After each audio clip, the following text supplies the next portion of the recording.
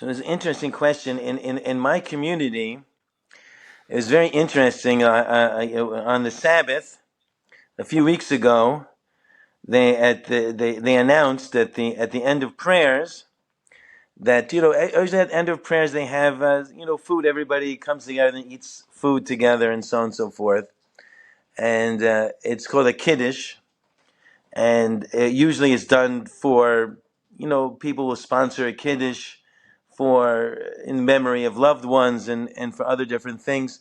So they sponsored one very interestingly to give thanks to God that now there's a government that's in place that's more favorable to things that are normal and decent and common sense. So the feeling is that of tremendous relief, which I'm sure all Americans have felt, and so that's basically the feeling. People are very encouraged and happy, and really, it's an amazing thing. It's really a big lesson for people to see a person who he's president for 4 years.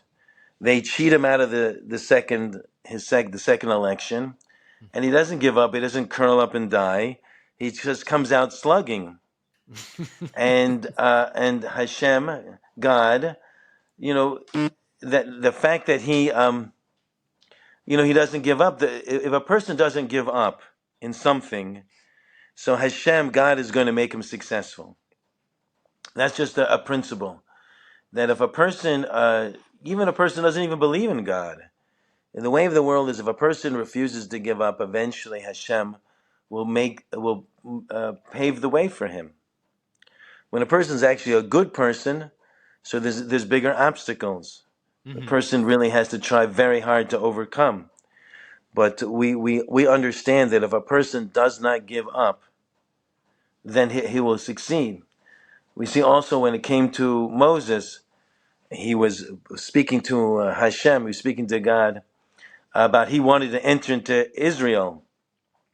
And, Hashem eventually said no, they could not enter into Eretz Yisrael, they could not enter into Israel. And so we learn that Hashem was just about to give in. That if he had tried one more time, Hashem would have said yes. So this is the principle that we learn, that if a person just doesn't give up, Hashem is eventually, when the time is right, Hashem will give to the person. Now, do you think that's an interesting point that you bring up? Do you think that it was good, actually, despite the fact that the 2020 election was stolen from Trump, that I think we got a better version of Trump because of that? I know your question. Yeah. I have this. I had the same thought. When he was cheated out of the second election, we had 4 years to suffer through whoever it is that was really running the government. Because And we know it wasn't Biden. right, no, right. Biden needs, he just needs help just even changing the channels of put on Gilligan's Island for him. And but the thing is, he came back with a far more knowledge. In fact, the thing is that this third term is better than the second term would have been, because we're in the midst of COVID. He was in the midst of being knocked around. He's doing the best he can, but now he had 4 years to rest, 4 years to plan. 4 years that he had his big rallies and so on and so forth, but he could recoup, he could reorganize, and come out, like we said before, come out slugging, and that's what he did.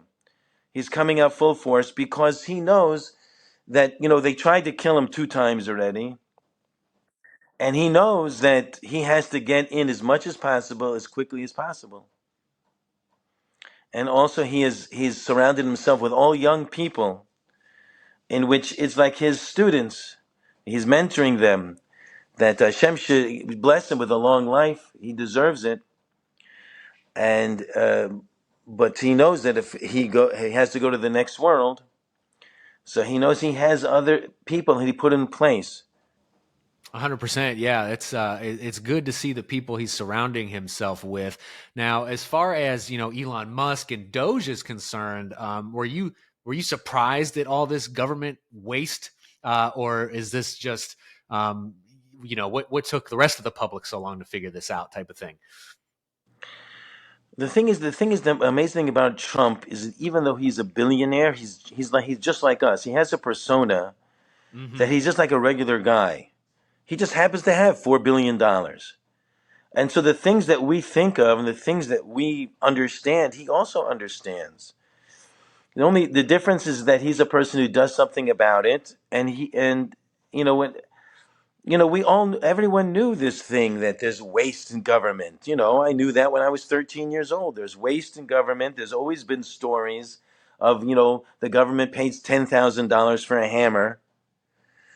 The thing that's surprising is that all the waste and fraud that they're discovering is something that always money channels back to the Democratic Party. These people are extremely wicked, and I'm sure that there are very good Democrats. I mean, the thing is, it has to be, you can be Republican, you can be Democrat, you can be whatever you are, but your bottom line is you want what's best for the country. So if someone of a different political party is doing something that's good for the country, so okay, you're okay with that because that's what we want.